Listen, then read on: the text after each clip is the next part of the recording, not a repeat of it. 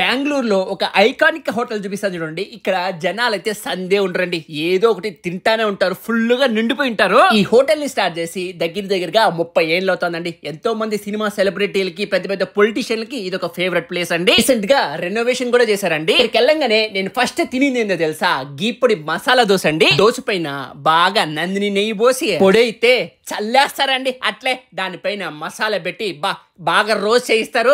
క్యాక్ ఉంటదండి. ఇంకోటి నేను తినింది వచ్చేసి బటన్ ఇడ్లీ సాంబార్ అండి. చిన్న చిన్న ఇడ్లీలో పైన వేడిగా సాంబార్ పోసి నెయ్యి పోయిస్తారు. గీ పొడి ఇడ్లీ, లెమన్ ఇడ్లీ కూడా ఇష్టంగా తింటా ఉంటారు.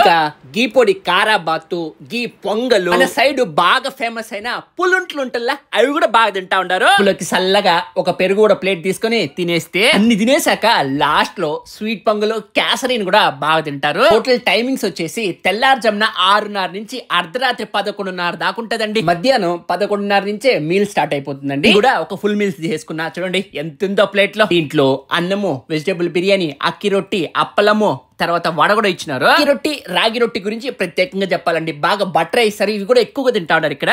నాకు బాగా నచ్చింది వచ్చేసి గీపొడి రైస్, మష్రూమ్ బిర్యానీ అండి. ఇక్కడికి వస్తే ఖచ్చితంగా తాగాల్సింది ఏందో తెలుసా? టీ మాత్రం కంపల్సరీ తాగాల. పోయినంత మంది టీలు, కాఫీలు తాగుతానే ఉంటారు. హోటల్ పేరు వచ్చేసి ప్రసిద్ధి ఫుడ్ కార్నర్ అండి. బెంగళూరులోని జేపీ నగర్ ఫస్ట్ ఫేస్ లో ఇందిరాగాంధీ సర్కిల్ కి దగ్గరగానే ఉంటుంది.